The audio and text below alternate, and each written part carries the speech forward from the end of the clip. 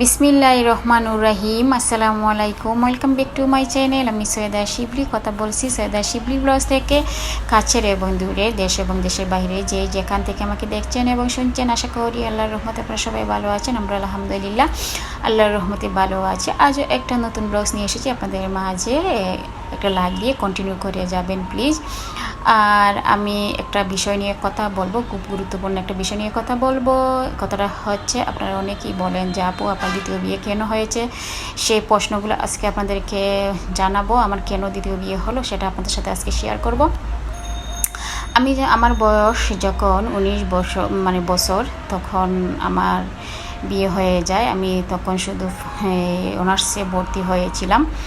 আমার আম্মাও ছিলেন একা, কেউ ছিল না। আমি ভাই বোনের মধ্যে একাই ছিলাম। আমার আম্মাও চাইছিল যে আমি লেখাপড়াটা আমি চালু রাখি, আমিও চাইছিলাম আমার লেখাপড়াটা চালু থাক, কিন্তু সেটা হয়ে উঠলো না। কিন্তু আমার আম্মা ছিলেন খুবই কড়া মানুষ। আমি চাইছিলাম যে আমার আম্মার কাছ থেকে যাতে চলে যায়, তাহলে আমি আমার স্বাধীনতা পাবো। সেই জন্য চাইছিলাম যে আমার বিয়েটা হয়ে যাক। সেই জন্য আমার বিয়েটা হয়ে গেল। বিয়ে হওয়ার পরে দেখা যাচ্ছে শান্তিমতে আমাদের সংসার চলছিল, ভালোভাবে চলছিল, খুবই সুন্দরভাবে। সবাই আমাকে আদর করতো, শ্বশুরবাড়ির যারা আছে সবাই আমাকে আদর করতো, খুব সুন্দরভাবে সব কিছুই হচ্ছিল। আমার হাজব্যান্ড আমাকে খুব আদর করতো, খুবই ভালোবাসতো। এইভাবে আমাদের একটা বছর যখন চলে গেল, তারপর আমি প্রেগনেন্ট হয়ে যাই। প্রেগনেন্ট হওয়ার পরে দেখা যাচ্ছে যে লাস্ট মুহূর্তে আমার যে হাজব্যান্ড সে চেয়েছিল আমার একটা মেয়ে হোক। ওর তো মা ছিল না, তাহলে শুধু আমার শ্বশুর ছিল, ভাই বোন ছিল, তার মা ছিল না।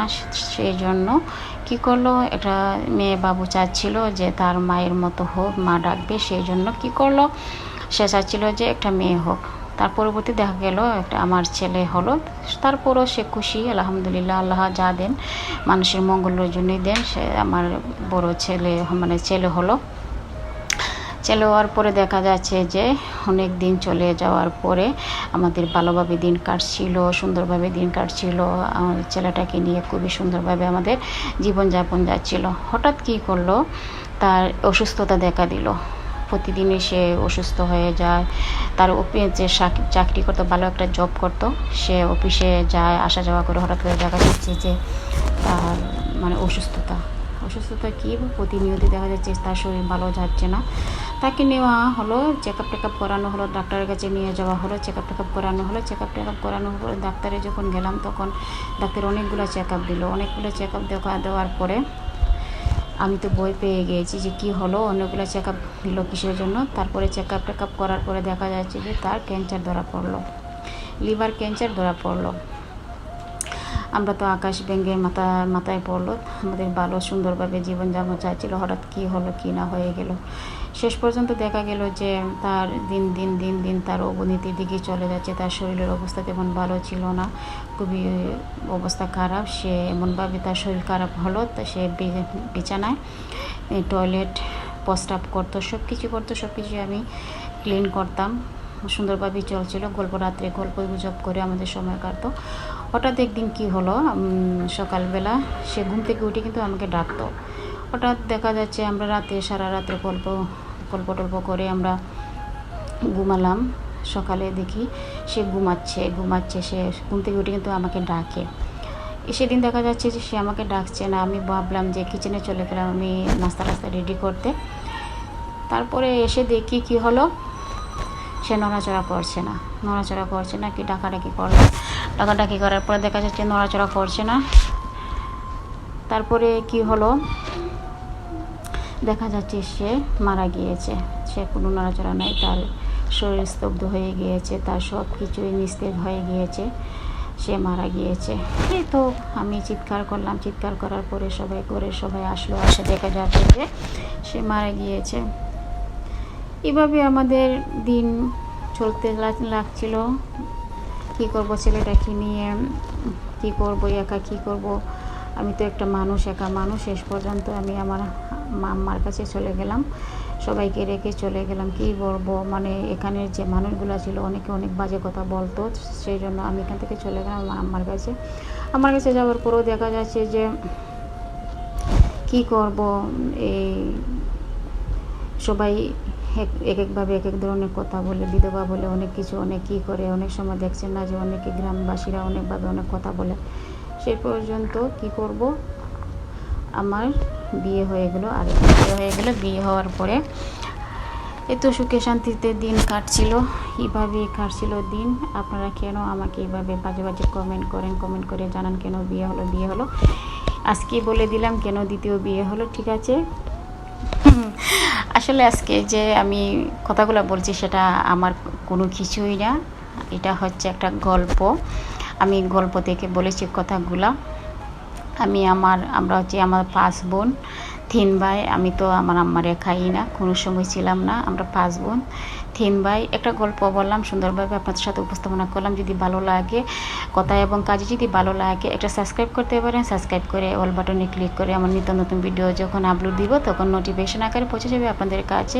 সময় সুযোগ করে আপনারা দেখে নিতে পারেন। প্লিজ একটা লাইক দিবেন, ভালো লাগে যদি কমেন্ট করবেন, কমেন্ট করে জানিয়ে দিবেন। এই তো আমি আমার সংসারের কাজ সব কিছু করে নিলাম। এত রান্না করে নিলাম, তেলাপিয়া মাছ আজকে মুখি দিয়ে, কুচুমুখি দিয়ে রান্না করলাম। আজকে কুচুমুখি দিয়ে ভর্তাও করব। আমি অনেক দিন যাবৎ ভাবতেছিলাম যে এই কুচুমুখিগুলো কিন্তু গ্রামের বাড়ি, আমাদের বাড়ি থেকে আনা হয়েছে।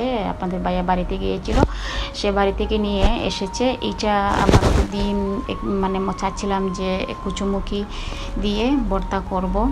তেমন আমার ছেলেরা কিন্তু পছন্দ করে না, ভাবলাম একটা কিছু নতুনভাবে করি, দেখি তারা খায় কিনা কুচুমুখিটা।